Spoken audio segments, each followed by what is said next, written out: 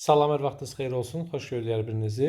Mən Ağabəyli İsaməddin. Bugün sizə 4-cü sinif monitorinq imtahanına hazırlaşan şagirdlər üçün növbəti 16-cı mini sınavımızı təqdim edirik. Bu sınavlar ödənişsiz formada sizlərə izahlarla birlikdə təqdim olunur və bu sınavları işləyərək siz də imtahanda yüksək nəticə əldə edə bilərsiniz. Həmçinin bizim monitorinq test toplumumuzu əldə edərək, imtahana qədər bütün testləri işləyərək siz də tam imtahana hazır ola bilərsiniz.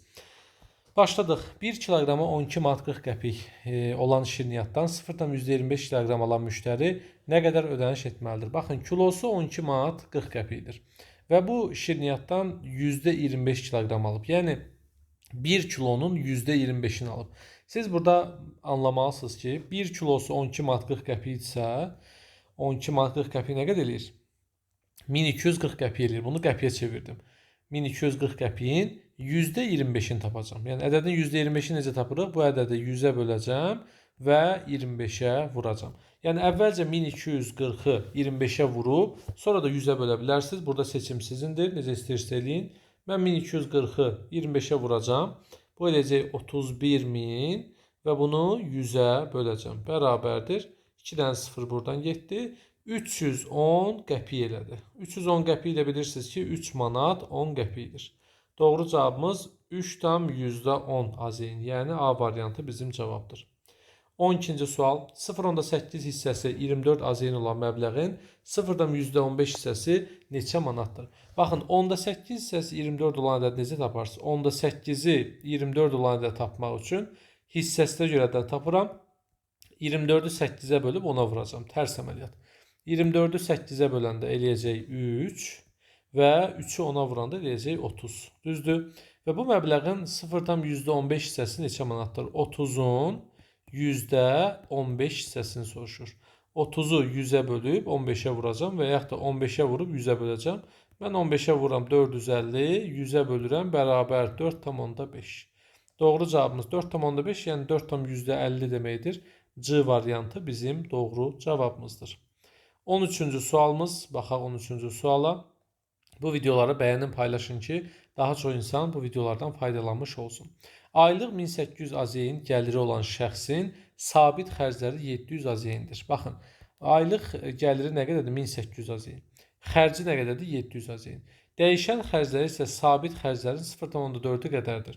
Bu şəxsin ay sonuna nə qədər pulu qalır? 1800 manatdan 700 manatı sabitdir. Yəni hər ay 700 manat mütləq nəyəsə xərcləyir. Qalır bunun 1100 manatı.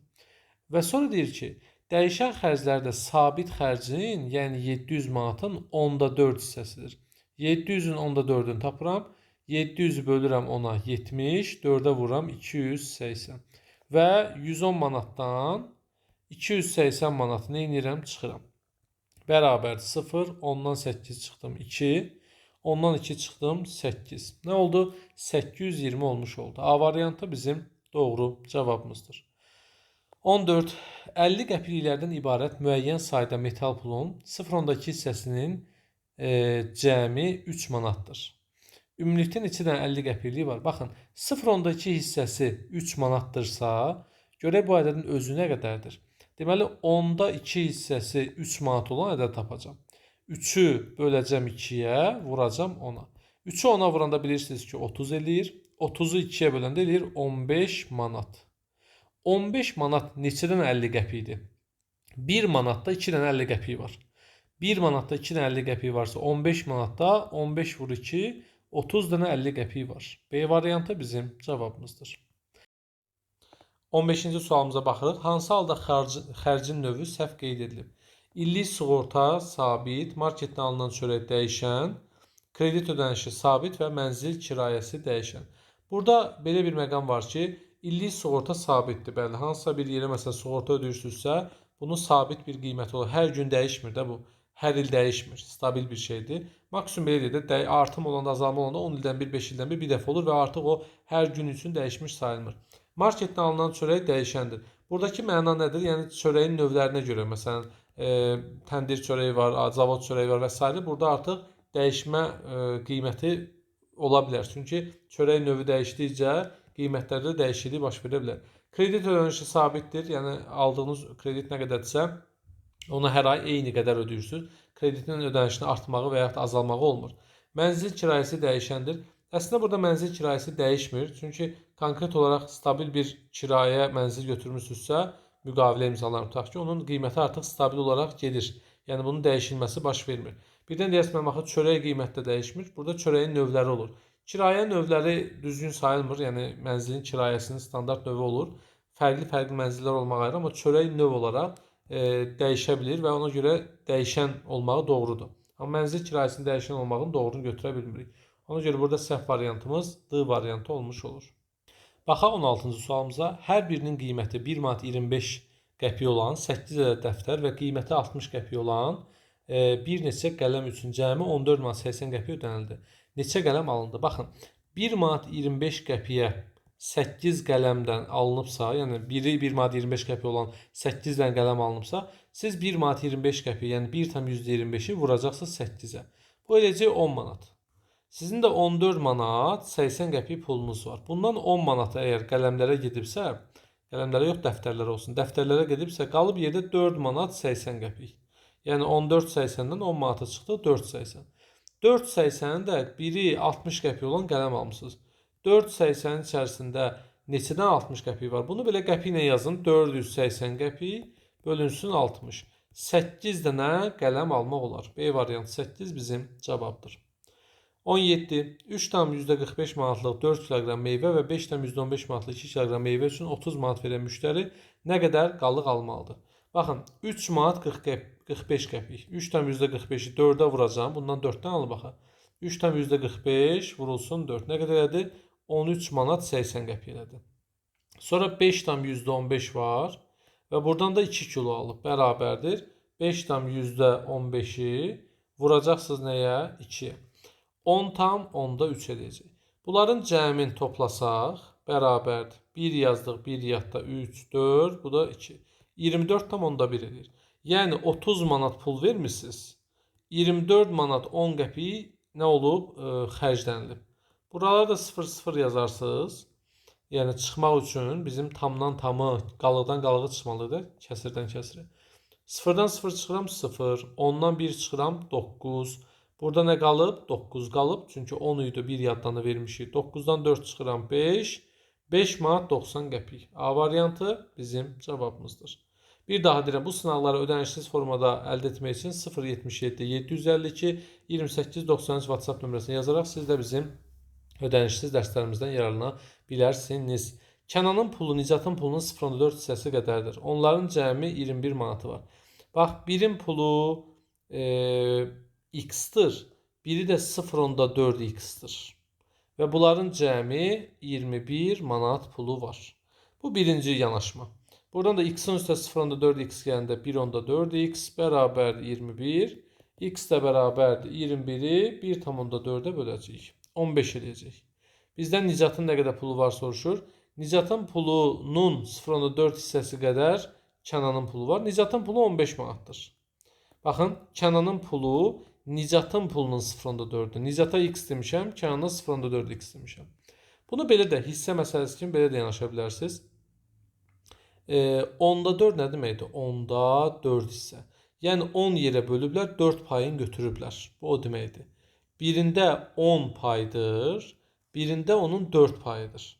Amma artıq siz burada bunları 10 dəfə böyütdüyünüzə görə 0,4 yox, 10 yazdığınızda 4 yazdığınızda bunu da 10 dəfə böyüdüb 210 yazmalısınız. Yəni siz 210-u yenə 14-ə bölərək 15 manatı ala bilərsiniz. Bu məsələdə məntiq nədir? Nəyi anlatmaq istəyirəm? Yəni bir adamın pulu bilinmirsə ona x deməlisiniz. Nicatın pulu bilinmir. X dedim, bu Nicatdır. Nicat. Kənanın pulu Nicatın pulunun 0,4 hissəsidir. Kənanın pulu Nicatın pulunun 0,4 hissəsidir. Yəni 0,4 x-dir. Bərabər cəmi 21 manat pulları var. Deməli Nicatın 15 manatı var. Kənana da soruşsa 15-in 10-da 4 hissəsini tapa bilərsiniz. 6 manat da təbii ki Kənanda var. 21-dən 15-i bununsa 6-sı bunundur. Bizə Nicat lazımdır. 15 cavabımızdır. 19. Ailənin aylıq kommunal xərcləri keçən aya nisbətən 0,2 hissə azalıb, keçən ay 85 azayın ödənilibsə, bu ay nə qədər qənaət edilib manatla? Keçən ay 85 manat ödənilib, düzdür? Bu ay 0,2 hissə azalıb. Gəlin 85-in 0,12 hissəsini tapaq. bərabərdir. 85-i mən 12-yə vuracam. 1020 böləcəm 100-ə bərabərdir. 1020-yi 100-ə böləndə 2 sıfır var deyə vergül 2 dəfə sola gəlir. Olur 10 manat 20 qəpik. Nə qədər qənaət edilib? 10 manat 20 qəpik qənaət olunub. 10 tam onda 2 manat. Yəni bu belə bu formada yazılmalıdır. 20 qəpiklik və 50 qəpiklikdən ibarət 18 metal pulun cəmi 5 manat 10 AZN-dir. 5 tam onda %10 qəpikdir. Yəni 5 manat 10 qəpikdir. 20 qəpikliklərin sayı neçədir? Bax, deməli A qədər 20 qəpikliyi var. B qədər də 50 qəpikliyi var. Düzdür? Bunların cəmi sayı 18 metal puldur. Bax 18 dənə metal pul var. 20-ni A-ya vuracam. 20 qəpiklərin sayın qiymətini tapacam. 50-ni B-yə vuracam. 50 qəpiklərin qiymətini tapacam. Və bərabərdir 5 manat 10 qəpiyə. Yəni 510 qəpiyə. Buradan da birinci ifadədən A bərabərdir 18 çıx B yazacam. Yəni A-nı B ilə əvəzləyəcəm.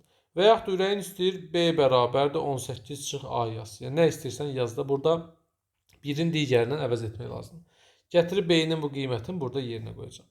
20A üstə gəl 50 vurulsun B-nin yerinə 18 çıx A yazıram. Bərabərdir 510. 20A üstə gəlinsin 50-ni vuracam 18-ə eləcək 900. Çıxılsın 50-ni vuracam A-ya 50A. Bərabərdir 510. Buradan da məlumları bir tərəfə keçirək. 900-dən çıxacam 510-u. 50A-dan çıxacam 20A-nı. 900-dən 510-u çıxanda edir 390. Bərabərdir 50-dən də çıxacam nəyi? 20-ni. Elədi 30A.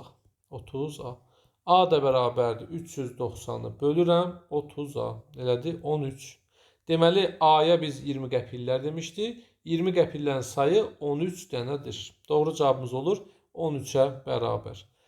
Belə əjdahalarımız, siz də videomuzu bəyənin, paylaşın və rəydə hansı mövzuda çətininiz varsa bu haqda qeydlər aparın ki, növbəti videolarda onu nəzərə ala.